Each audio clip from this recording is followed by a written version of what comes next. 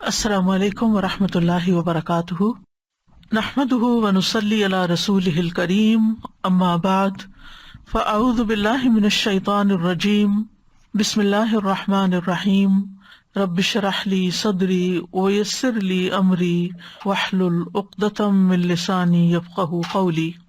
وَإِذَا سَأَلَكَ عِبَادِي عَنِّي فَإِنِّي قَرِيبٌ أُجِيبُ دَعْوَةَ الدَّاعِ إِذَا دَعَانِ فَلْيَسْتَجِيبُوا لِي وَلْيُؤْمِنُوا بِي لَعَلَّهُمْ يَرْشُدُونَ۔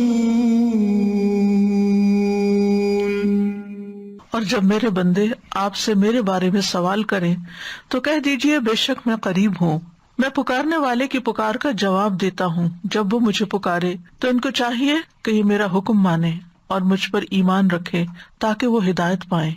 فَاسْتَغْفِرُوهُ ثُمَّ تُوبُوا إِلَيْهِ إِنَّ رَبِّي قَرِيبٌ مُجِيبٌ۔ سو اس سے بخشش مانگو، پھر اس کی طرف پلٹ آؤ، یقیناً میرا رب قریب ہے، قبول کرنے والا ہے۔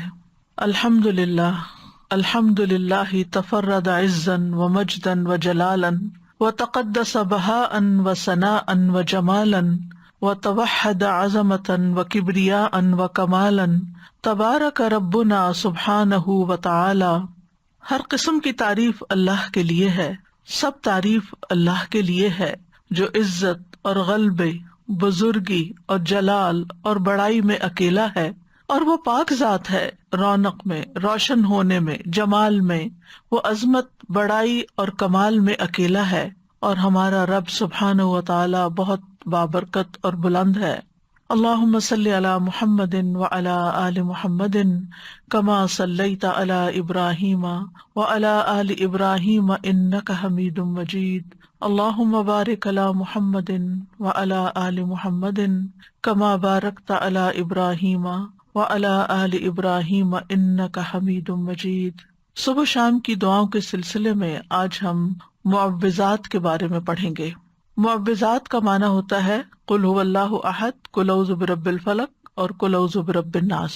جب صرف سورۃ الفلق اور الناس ہوتی ہے تو اس کو کہتے ہیں معوذتین، لیکن جب قل هو اللہ یعنی تیسری سورت بھی ساتھ شامل ہوتی ہے تو اس کو کہتے ہیں معوذات، یعنی وہ صورتیں جن کے ذریعے اللہ تعالیٰ کی پناہ طلب کی جاتی ہے۔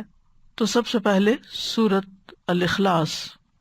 بسم اللہ الرحمن الرحیم، قل هو اللہ احد اللہ الصمد لم یلد ولم یولد ولم یکن له کفوا احد۔ کہہ دیجئے وہ اللہ ایک ہے، اللہ بے نیاز ہے، نہ اس کی کوئی اولاد ہے اور نہ وہ کسی کی اولاد ہے اور نہ کوئی اس کا ہمسر ہے۔ سورۃ الفلق۔ بسم اللہ الرحمن الرحیم، قل اعوذ برب الفلق من شر ما خلق ومن شر غاسق اذا وقب ومن شر النفاثات في العقد ومن شر حاسد اذا حسد۔ کہہ دیجئے میں صبح کے رب کی پناہ لیتا ہوں اس چیز کے شر سے جو اس نے پیدا کی، اور اندھیری رات کے شر سے جب وہ چھا جائے، اور گرہوں میں پھونکنے والیوں کے شر سے، اور حسد کرنے والے کے شر سے جب وہ حسد کرے۔ سورۃ الناس۔ بسم اللہ الرحمن الرحیم، قل اعوذ برب الناس ملک الناس الہ الناس من شر الوسواس الخناس صدور الناس من الجنة والناس. کہہ دیجئے میں پناہ لیتا ہوں لوگوں کے رب کی، لوگوں کے بادشاہ کی، لوگوں کے معبود کی، وسوسہ ڈالنے والے کے شر سے جو پلٹ پلٹ کر آنے والا ہے، جو لوگوں کے سینوں میں وسوسہ ڈالتا ہے جنوں اور انسانوں میں سے. معوذات کی اپنی ایک فضیلت ہے جو احادیث سے ہمیں پتہ چلتی ہے، خاص طور پر سورۃ الفلق اور الناس کی. رسول اللہ صلی اللہ علیہ وسلم نے فرمایا، کیا تم نہیں دیکھتے کہ آج کی رات ایسی آیات اتری ہیں کہ ان کی مثل کبھی دیکھی نہیں گئی، اور وہ قل اعوذ برب الفلق اور قل اعوذ برب الناس ہیں. اسی طرح مسند احمد کی ایک روایت میں آتا ہے، ابن عابس الجہنی روایت کرتے ہیں کہ رسول اللہ صلی اللہ علیہ وسلم نے ان سے فرمایا، اے ابن عابس، کیا میں تمہیں تعوذ کے سب سے افضل کلمات کے بارے میں نہ بتاؤں، یعنی جن سے کوئی پناہ لے، جن سے تعوذ کرنے والے تعوذ کرتے ہیں، یعنی پناہ لینے والے پناہ لیتے ہیں. میں نے عرض کیا، یا رسول اللہ کیوں نہیں؟ تو آپ نے فرمایا، یہ 2 صورتیں ہیں، قل اعوذ برب الفلق اور قل اعوذ برب الناس. جو شخص صبح و شام ان کو 3 بار پڑھتا ہے وہ اسے ہر چیز سے کافی ہو جاتی ہیں. معاذ بن عبداللہ بن خبیب اپنے والد سے روایت کرتے ہیں، انہوں نے بیان کیا کہ ہم ایک بارش والی سخت اندھیری رات میں نکلے، جبکہ ہم رسول اللہ صلی اللہ علیہ وسلم کو ڈھونڈ رہے تھے کہ وہ ہمیں نماز پڑھائیں. آپ دیکھیں کہ جب بادل آ جاتے ہیں اور بارش شروع ہو جاتی ہے تو ہر طرف اندھیرا، اور رات بھی اندھیری ہو تو پھر اندھیرے پر اندھیرا ہو جاتا ہے. تو صحابہ پریشان ہوئے کہ تو نماز پڑھانے کا وقت ہے اور نبی صلی اللہ علیہ وسلم کہیں پر بھی نظر نہیں آ رہے، تو کیا ہوا؟ تو وہ اسی بارش میں باہر نکل گئے اور ڈھونڈنے لگ گئے آپ کو. تو وہ کہتے ہیں کہ ہم نے آپ کو پا لیا. تو آپ نے فرمایا، کیا تم نے نماز پڑھ لی ہے؟ تو میں نے کچھ نہ کہا. تو آپ نے فرمایا، کہو. تو میں کچھ نہ بولا. آپ نے پھر فرمایا، کہو. تو بھی میں کچھ نہ بولا. آپ نے فرمایا، کہو. تو میں نے عرض کیا، اللہ کے رسول صلی اللہ علیہ وسلم میں کیا کہوں؟ آپ نے فرمایا، کہو قل هو اللہ احد، پوری سورت، اور معوذتین یعنی قل اعوذ برب الفلق اور قل اعوذ برب الناس. صبح اور شام 3 بار یہ کہو تو ہر چیز سے تمہاری کفایت ہو جائے گی، یعنی تم ہر طرح کے شر سے محفوظ ہو جاؤ گے. امام شوکانی کہتے ہیں کہ اس حدیث میں دلیل ہے کہ ان صورتوں کی صبح اور شام تلاوت کرنا ہر اس چیز سے کفایت کرتا ہے جس سے انسان ڈرتا ہے، جو بھی اس کے خوف اور وہم اور وسوسے اور اندیشے ہوتے ہیں، خواہ وہ کچھ بھی ہو، تو ان چیزوں سے اللہ تعالیٰ اس کو بچا لیتا ہے. جہاں تک سورۃ الاخلاص کا تعلق ہے تو یہ سورت خالصتاً اللہ تعالیٰ کی صفات اور پاکی بیان کرنے پر مشتمل ہے. یعنی جب انسان اس کو پڑھتا ہے تو انسان اپنی توحید کو خالص کرتا ہے کہ میں اے رب تجھے اکیلا مانتا ہوں اور سب سے بڑا مانتا ہوں. قل هو اللہ احد میں آپ دیکھیے اللہ تعالیٰ اپنی ربوبیت میں، الوہیت میں، الہ ہونے میں، تمام اسماء و صفات میں اکیلا ہے، کسی صفت میں اس کا کوئی شریک نہیں. اللہ الصمد، الصمد کے بارے میں 3 اقوال ہیں. الصمد وہ سردار جس کی طرف لوگ قصد کر کے جائیں جس سے بڑا کوئی سردار نہ ہو، یعنی سب سے بڑا سردار. الصمد وہ جو نہ کھاتا ہو نہ پیتا ہو. الصمد وہ جو بے نیاز ہو، کسی کا محتاج نہ ہو. تو ان معنی کی بنا پر یہ لفظ صرف اللہ تعالیٰ ہی کے لیے استعمال ہو سکتا ہے، اللہ الصمد. ابو ہریرہ کہتے ہیں کہ یہ وہ ہستی ہے جو ہر ایک سے بے نیاز ہے جبکہ ہر کوئی اس کا محتاج ہے. ہم اپنی تمام حاجتوں میں، ضرورتوں میں اسی کی طرف رجوع کرتے ہیں. لم یلد ولم یولد، اس میں بھی اللہ تعالیٰ کی کامل بے نیازی نظر آتی ہے کہ اس کو پیدا ہونے کے لیے کسی کی ضرورت نہیں تھی اور نہ ہی اسے کسی اولاد کی ضرورت ہے کہ جو اس کا سہارا بنے. تو اللہ سبحانہ تعالیٰ تو الاول والآخر ہیں، وہ کسی سے جنم نہیں لیا اور نہ ہی انہوں نے کسی کو جنم دیا، سب اس کی مخلوق ہے. اس کے علاوہ جو کچھ بھی ہے وہ سب مخلوق ہے اور وہی خالق ہے. وَلَمْ يَكُنْ لَهُ كُفُوًا أَحَدٌ، اور کوئی بھی اس کے برابر کا نہیں، نہ اس کے ناموں میں، نہ اس کے کاموں میں، نہ اس کی صفات میں اس کے ہمسر اور مثل کوئی بھی نہیں، نہ اس کے مرتبہ اور مقام کے برابر بھی کوئی نہیں، کوئی اس کی جوڑ یا ٹکر کا نہیں. تو اس کا مطلب یہ ہے کہ جب ہم یہ اقرار کرتے ہیں تو گویا ہم یہ کہتے ہیں کہ اللہ سبحانہ تعالیٰ سب سے بڑے ہیں اور ہم اسی کو اپنا معبود سمجھ کر اسی کے آگے جھکتے ہیں. پھر قل اعوذ برب الفلق، یہاں پر اعوذ کا لفظ جو ہے یہ آوازہ سے ہے. آوازہ کا معنی ہوتا ہے کسی چیز کے ساتھ اس کے پڑوس اور جوار میں لازم ہو جانا، یعنی کسی کے ساتھ لگ جانا، کسی کا پڑوسی بن جانا. جیسے وہ گوشت جو ہڈیوں کے ساتھ چپک جاتا ہے اس سے الگ ہی نہیں ہوتا، اس کو عرب لوگ عوض کہتے ہیں، کیونکہ اس نے ہڈی سے مضبوطی پکڑ لی اور اس کے ساتھ چمٹ گیا. تو استعاذہ کا مطلب ہوتا ہے پناہ طلب کرنا، اللہ تعالیٰ سے شر، تکلیف اور مصیبتوں سے تحفظ یا حفاظت مانگنا، اس کے ساتھ لگ جانا، اس کی طرف متوجہ ہو جانا. اور استعاذہ میں اللہ سبحانہ تعالیٰ کی تعظیم بجا لاتا ہے انسان، کیونکہ جو پناہ لیتا ہے وہ دراصل خوف میں ہوتا ہے. یعنی جب ہم پناہ لیتے ہیں تو ہمیں اندر ایک خوف ہوتا ہے کہ ہمیں کوئی بچا لے، تو جس سے وہ پناہ طلب کرتا ہے، لیتا ہے، وہ اس کا تحفظ کرتا ہے. یعنی جب ہم اللہ تعالیٰ کی پناہ لیتے ہیں تو پھر اللہ تعالیٰ ہمارا بچاؤ کرتے ہیں اور ہماری حفاظت کرتے ہیں، اور اس کو دراصل تعظیم کہتے ہیں. یعنی ہم اللہ کو اپنے سے بڑا مان کر اس کی طرف جاتے ہیں، اور یہی تعظیم عبادت ہے. آپ دیکھیں کہ دنیا کی زندگی جو ہے وہ بہت سی آفات، تکلیفوں اور مصیبتوں سے بھری ہوئی ہے. انسان کے بہت سے دشمن ہیں، جن بھی، انسان بھی، اور مخلوق میں سے اور چیزیں بھی اس کو نقصان دیتے ہیں، جیسے کیڑے مکوڑے، وحشی جانور، بے شمار چیزیں ہیں. تو انسان کو ان ساری چیزوں سے بچنے کے لیے، ان سارے دشمنوں سے حفاظت کے لیے کوئی ایسی ہستی چاہیے جو ان سب کو کنٹرول کر سکے، اور وہ صرف اور صرف اللہ کی ذات ہے. تو قل اعوذ برب الفلق، تو فلق کا مطلب ہے صبح، ٹھیک ہے، کیونکہ فلق صبح کا پھاڑنے والا ہے، الگ کرنے والا ہے، اور اسی طرح ہر چیز کو پیدا کرنے والا ہے.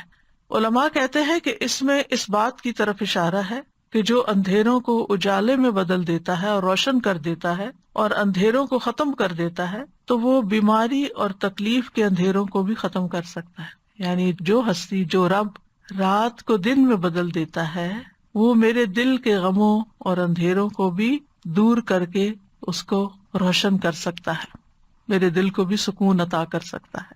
من شر ما خلق، ہر چیز کے شر سے جو اس نے پیدا کی، یعنی کسی بھی قسم کا شر، چاہے انسانی ہو یا حیوانی ہو یا جناتی ہو، یا پھر کوئی بجلی کا کڑکا ہو، یا کسی جانور سے متعلق ہو، یا آندھی ہو، طوفان، یا پانی ہو، کچھ بھی ہو. دنیا اور آخرت دونوں میں ہر طرح کے شر سے بچانے والا صرف اور صرف اللہ ہی ہے. اب یہاں من شر ما خلق، اور اس کا مطلب کیا ہے کہ ہر وہ چیز جو اللہ نے پیدا کی، اس کا یہ مطلب نہیں کہ ہر چیز کے اندر شر ہے، بلکہ جن چیزوں کے اندر شر ہے ان سے پناہ مانگے. جیسے اب فرشتے ہیں تو ان میں تو کوئی شر نہیں، ٹھیک ہے نا. اسی طرح انبیاء ہیں، ان میں بھی شر نہیں. جنت ہے، اس میں بھی شر نہیں.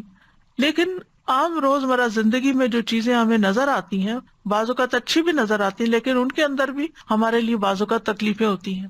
وَمِن شَرِّ غَاسِقٍ إِذَا وَقَبَ، اور رات کی تاریکی یا اندھیرے کے شر سے جب وہ چھا جاتا ہے، کیونکہ اندھیرے میں کچھ نظر نہیں آتا، تو بہت سی تکلیف دینے والی چیزیں جو ہے وہ اس وقت ظاہر ہو جاتی ہیں اور انسان کی طرف آتی ہے، تو انسان ان سے بچ نہیں سکتا. شام کے وقت ہی جنات کا غلبہ بھی ہوتا ہے، چور ڈاکو وغیرہ بھی اسی وقت حملہ آور ہوتے ہیں. امام ابن قیم کہتے ہیں کہ رات اندھیرے کا مقام ہے، اور اس اندھیرے میں انسانوں اور جنات کے شیاطین اتنا غلبہ پاتے ہیں جتنا وہ دن کو نہیں پا سکتے، کیونکہ دن نور ہے اور شیطان کا زور اندھیروں میں ہے، اور وہ اندھیرے والی جگہوں میں چلتا ہے، اور ان لوگوں پر اس کا زور چلتا ہے جن کے دلوں میں اندھیرا ہے اور وہ تاریکی والے ہیں.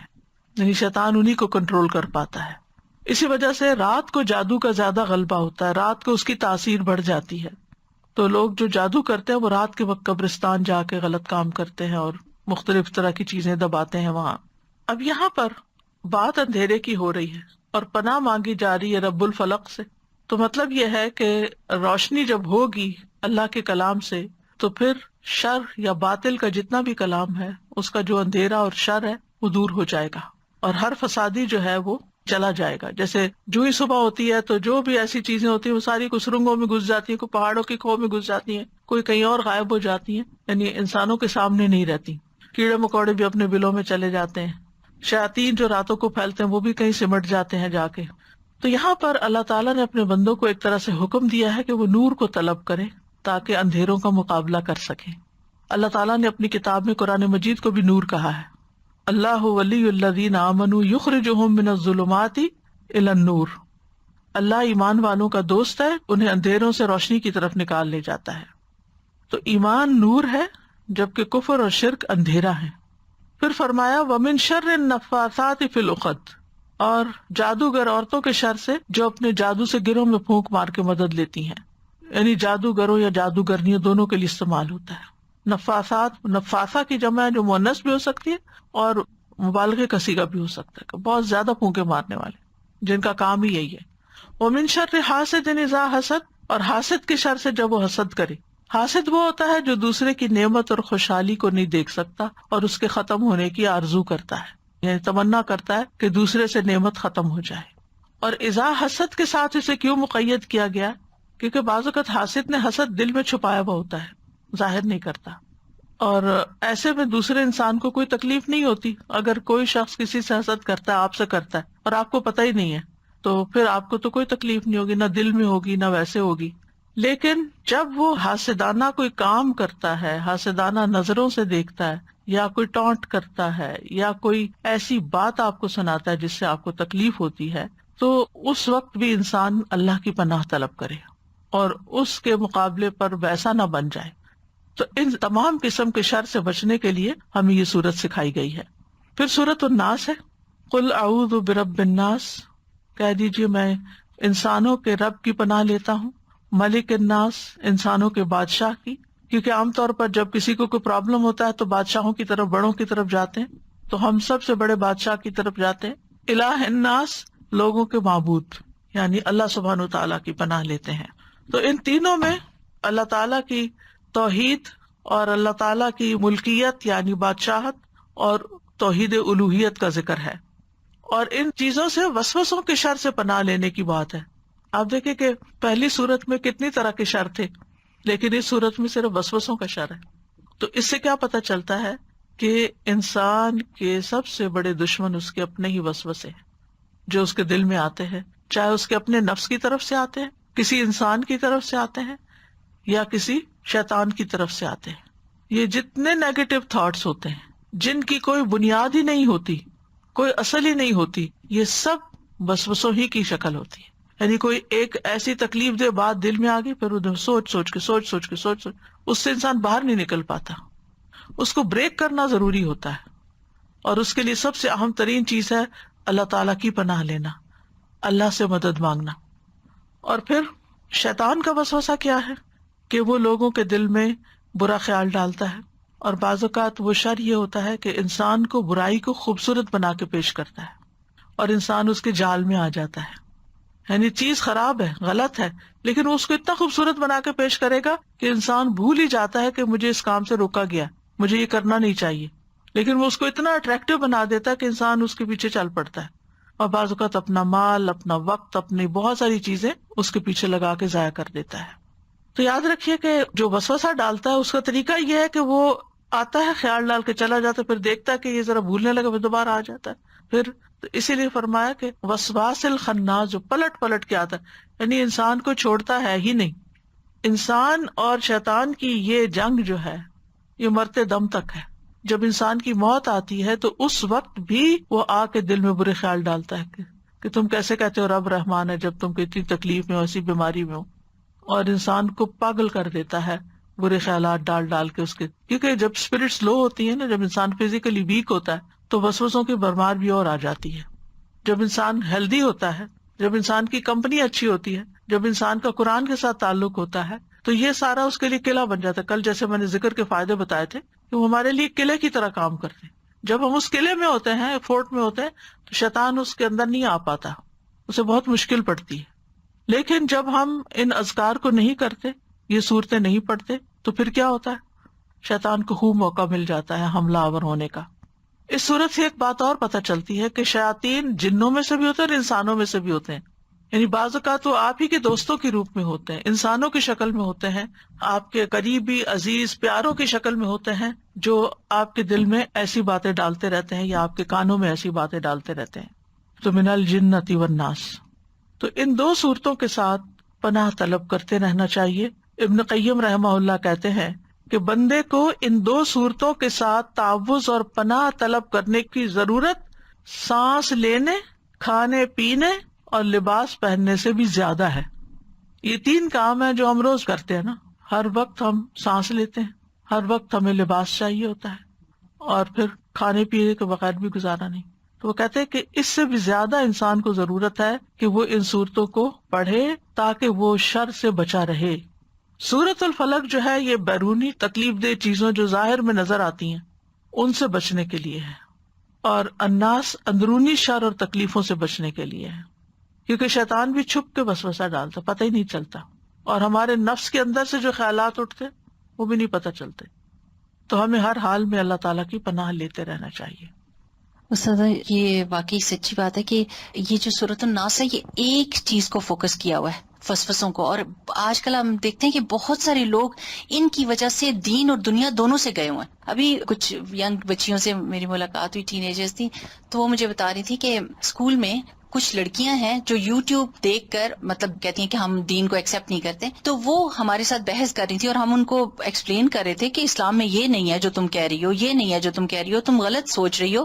پھر کہتی ہیں کہ ہم نے دیکھا کہ وہ دوسری لڑکیوں کے پاس جا کے وہی شک اور شبے والی باتیں کر رہی ہیں. تو انہوں نے کہا کہ جب ہم نے یہ دیکھا کہ ہم اس کو روک نہیں سک رہے تو ہم نے جا کے ان لڑکیوں کو بتا دیا beware of this girl, کہ یہ جو ہے یہ اچھی باتیں نہیں کر رہی, اس کا کنفیوژن ہے, اس کو ہمارے اس دین میں کوئی کنفیوژن نہیں. اور ماشاءاللہ مجھے اتنی خوشی ہوئی کہ ایٹ لیسٹ ان کو یہ پتا ہے کہ اب میں ان کو روک نہیں سکتی تو ان کو پروٹیکٹ کر لوں. الحمدللہ. اور اگر یہ ہمارے بچے یہ صورتیں یاد کر کے صبح شام پڑھنے والے ہوں تو جو مرضی کوئی باتیں کریں ان پہ اثر نہیں کریں گی, محفوظ رہیں گے. استاذہ جی جیسے آپ نے کہا کھانے پینے, سانس لینے اور لباس پہننے, یعنی ایوری ڈے کا ڈیلی ورک, تو ہم اپنے بچے کو کھانا کھلانے کے لیے کتنی جد و جہد کرتے ہیں, اس کو بٹھا کے کیا کیا کہانیاں سنا رہے ہیں, منہ بنا رہے ہیں, تحفے دے رہے ہیں اس کو تاکہ وہ خوش ہو جائے. کیا کبھی ایز اے مدر ہم لوگوں نے اس کو یہ وائٹامن دینے کی کوشش کی کہ یہ 3 بیٹا یہ پڑھ لو, اور میک شور کیا کہ وہ پڑھ رہا ہے کہ نہیں پڑھ رہا, اور اس کو سکھایا بھی ہے یا نہیں سکھایا, اور صبح اٹھتے ہی اس کے ساتھ پیار سے جو رائمز کرتے ہیں, پوئٹریز کرتے ہیں, وائی ناٹ یہ تینوں صورتیں اس کے ساتھ یہ پڑھنا شروع کر دیں ایٹ دا ایج اس کی ہیبٹ بن جائے. بچہ جو 6 مہینے کا ہے وہ سب سمجھ رہا ہے, میں نے دیکھا, اور وہ سن رہا ہے, وہ سلام اور اپنا نام سمجھنے لگا ہے. تو اس کا مطلب آپ نے اس کے ساتھ اگر یہ 3 صورتیں صبح میں پہلی دفعہ ہی پڑھ لی یا دودھ پلاتے پلاتے سنا دی تو انشاءاللہ تعالیٰ ایج آف 2 تو یہ بولنا شروع کر دے گا یہ والی بات. السلام علیکم استاذہ جی. جیسے آپ نے یہ بتایا پڑھنے کے لیے, واقعی یہ بہت بہت زوردار چیز ہے.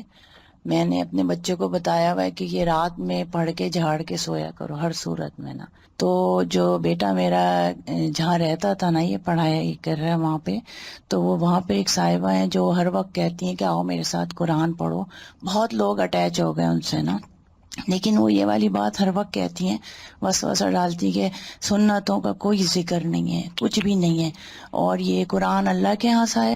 تو وہ میرا بیٹا ہمیشہ ہی کہتا ہے وہی بات کہ انسان بھی وسوسے ڈالتے ہیں, میرا دل نہیں مانتا. تو مجھے لگتا ہے قل اللہ قل اعوذ برب الفلق, اس سے بچتے ہیں نہیں بچے ماشاء اللہ سے. میرا سوال یہ تھا کہ جو اس میں ہے کہ ہم گروہ میں پھونک مارنے والیاں, اس کا مجھے ہمیشہ ہی کنفیوژن رہتا ہے کہ لائک پھونک مارنے والا, جیسے ہم بھی تو پڑھ کے اپنے اوپر پھونکتے ہیں, تو مجھے تھوڑی سی جی, ہم اللہ کا کلام پڑھ کے اپنے ہاتھوں پہ پھونک کے پھر ان ہاتھوں کو اپنے سارے جسم پر پھیر کے جھاڑ دیتے ہیں. تو اسی طرح جو لوگ جادو کرتے ہیں وہ جادو کے کلمات پڑھتے ہیں, شیطانوں کو پکارتے ہیں, اور جو ان کا مطلوب ہوتا ہے اس سے متعلق لفظ بولتے ہیں. جیسے نام لیں گے فلان قتل شد, فلان قتل شد, فلان قتل شد مثلا, یا ان کی طلاق ہو جائے, طلاق طلاق طلاق, وہ بولتے ہیں اور پھر اس کو ایسے کر کے پھر اس کو گرہ لگا دیتے ہیں. یعنی اس قسم کے, یہ میں مثال دے رہی ہوں, ٹھیک ہے. بعض لوگ تالے پہ پڑھ کے اس کو لاک لگا دیتے ہیں. جی, سوئیاں بھی آپ نے دیکھی ہوں گی, شکل بناتے ہیں, گڑیا بنا لیتے ہیں اور اس کے اوپر سوئیاں چبوتے ہیں. وہ تصور میں اس شخص کو بناتے ہیں کہ یہ فلاں ہے, امیجن کرتے ہیں. سادہ جی, یہ شر اتنا بڑھ گیا ہے کہ کل میری بہن نے مجھے نا ایک ٹی وی کی پکچر پاکستان سے بھیجی, تو میں نے کہا مجھے تو نہیں سمجھ آ رہی, what are you trying to tell me. کہتی ہے اس میں لکھا ہوا ہے کہ جس کسی نے کوئی جادو کروانا ہے وہ فلانے فلانے نمبر پہ کانٹیکٹ کرے. یہ اب ٹی وی پہ اشتہار آ رہے ہیں, لا حول ولا قوت سو اسکیری. اور ٹی وی والے بھی پیسے لینے کی خاطر ایسے اشتہار چلا یہی دیتے ہیں. کہتی. میں کہا مجھے تو سمجھ ہی نہیں آ رہی کہ یہ کیا رہے ہیں, پھر سے مجھے سمجھایا. جادو اس سے ٹوٹ جاتا ہے سورہ ناس سے. جی الفلق اور ناس سے ٹوٹ جاتا ہے. الحمدللہ. السلام علیکم ورحمۃ اللہ وبرکاتہ. استاذہ جیسے کبھی کوئی بولتا ہے نا کہ آپ ہے نا دم کروائیں کسی سے اور پھر آپ کے ہے نا ہسبینڈ اگینسٹ ہوتے ہیں اس کے، تو پھر اس میں ہمیں کیا کرنا ہے؟ آپ کو لگتا ہے واقعی آپ کی صحت طبیعت بہت خراب ہو رہی ہے، گر رہی ہے، آپ کے اوپر اثرات ہیں یا جادو کسی نے کیا ہے، کوئی میڈیسن آپ کو سوٹ نہیں ہو رہی، تو پھر اس میں کیا کرنا ہے؟ علاج کروانا انسان کا بنیادی حق ہے. اگر کوئی شوہر علاج نہیں کرواتا بیوی کا تو اس کا یہ مطلب نہیں کہ بیوی بیمار ہو کے ختم ہو جائے، وہ اپنا علاج کروا سکتی ہے. تو ہم اپنے گھر میں نہیں، مطلب ہمیں ان کی اطاعت کرنی ہے نا، تو نہیں، اطاعت کس چیز میں کرنی ہے؟ مطلب وہ جو صحیح بات ہوتی ہے. جی ٹھیک ہے نا، جی ایک صحیح بات میں اطاعت کرنی ہوتی ہے. لیکن اگر کوئی ایسی بات ہے کہ جو آپ کی جان مال عزت کے خلاف جا رہی ہے تو اس میں تو اطاعت نہیں کرنی ہوتی.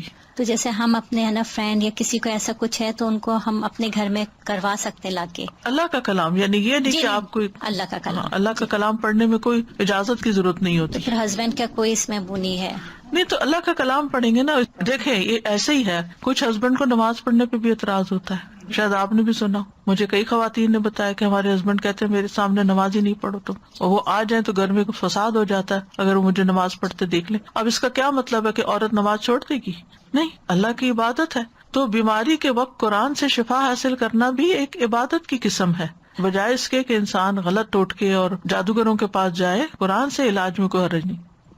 ایک تو یہ کہ یعنی لیٹس بی ویئر صرف پاکستان میں ٹی وی پہ ایڈ نہیں آ رہے، یہاں پر بھی سوشل میڈیا پر باقاعدہ بہت سارے ایڈز اسی طرح کے آ رہے ہیں کہ اور وہ جو ٹپکل پاکستان میں پڑھا کرتے تھے کہ محبوب آپ کے قدموں میں اور سارے مسائل حل اور دس دیٹ، تو وہ سارے کلیمز کے ساتھ یہاں کے جو اردو نیوز پیپرز ہیں اس میں بھی یہ بڑے بڑے ایڈز آ رہے ہیں. اور to my surprise I felt کہ یہ اس طرح کے آؤٹ ڈیٹڈ چیزیں ہیں اور کم یہاں پہ ہوں گے تو شاید نیٹ پہ تھرائیو نہ کریں، لیکن they are thriving on the net. جہاں جہاں ساری چیزیں سوشل میڈیا پہ آ رہی ہیں یہ سب چیزیں بھی خرافات آ رہی ہیں. اللہ تعالیٰ ہم سب کو بچائے. دوسرا ایک چیز استاذہ جی مجھے خیال آ رہا تھا، ویری کلیئرلی آئی ریکال کہ یہ ایک فیملی میں میرے اپنے نظروں کے سامنے ہوا کہ ایک طرح سے صحیح العقیدہ سیمنگلی کوئی مولانا صاحب امام صاحب تھے، کچھ پیرنٹس نے اپنی اولاد کی کسی ایشو کے لیے ان کو گھر بلایا اپنے، اس اولاد کے اوپر جیسے دم کراتے ہیں نا راقی یا کوئی اس طرح کا، تو وہ انہوں نے کہا کہ اس اولاد کی قد کے برابر دھاگا لائیں. وہ 3 دفعہ وہ قد کے برابر کا دھاگا ریپ کر کے اس کے اندر وہ قرآن ہی سے کچھ پڑھتے رہے اور ملٹیپل نوٹس باندھتے رہے، اور پھر انہوں نے کہا کہ اس دھاگے کو ان پہ اس طرح یعنی جسم کے اس حصے پر باندھ دیا جائے. بالکل کلیئرلی بات تھی نا، کیونکہ فوراً اس وقت یہ سورہ فلق ہی ذہن میں آئی کہ یہ کیوں گرے باندھ رہے ہیں. یہ جادو ہی کی قسم ہے. ناٹ لگا کے پڑھنا، چاہے آپ سورت ہی پڑھ رہے ہو، یہ درست نہیں، محتاط رہیں. ایگزیکٹلی، کیونکہ کہنے کو کوئی نہیں کہے گا کہ یہ جادو ہے، وہ تو کہیں گے نہیں یہ تو امام صاحب فلاں مسجد سے ہم لائے ہیں اینڈ دس دیٹ. لیکن we have to be very careful کہ یہ اس طرح کے حضرات بھی کر رہے ہیں. بالکل. پھونک مارنا درست ہے، ناٹ لگانا درست نہیں ہے. پانی پہ بھی دم کر سکتے ہیں، لیکن پانی دم کرتے ہوئے یوں گلاس کے بیچ میں پھونک نہیں مارتے. اس سے منع کیا گیا. نبی صلی اللہ علیہ وسلم نے غذا کے اندر پھونک مارنے سے منع کیا ہے، یعنی کہ سامنے سے ایسے بس. یا پھر یہ کہ جو متاثرہ حصہ ہے، مثلا وسوسے آتے ہیں تو نماز میں بھی آپ اعوذ باللہ السمیع العلیم من الشیطان الرجیم من ہمزہ ونفخہ ونفثہ پڑھ کر تو اپنے دل کی طرف تھتکاریں. نماز میں بھی آپ پھونک مار سکتے ہیں اپنے اوپر.